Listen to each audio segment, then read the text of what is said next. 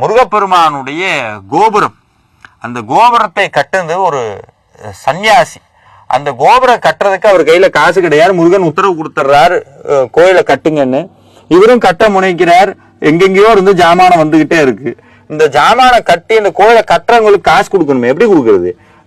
இவர் சன்னியாசி, இப்ப இருக்கிற சாமியார் மாதிரி இருந்தா பரவாயில்ல, இவர் உண்மையான சாமியாராச்சு. இவர் கையில காசு கிடையாது, எப்படி கொடுக்கறது?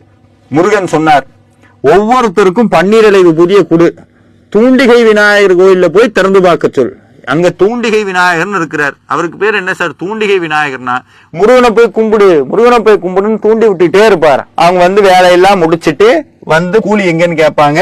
இவர் பன்னீர் இலை விபூதியை கொடுக்க எல்லாரும் முருகான்னு சொல்லிட்டு தூண்டிகை விநாயகர் கோயில போய் திறந்து பார்த்தா ஒருத்தனுக்கு 10 ரூபா இருக்கும், ஒருத்தனுக்கு 5 ரூபா இருக்கும், ஒருத்தனுக்கு 20 ரூபா இருக்கும்.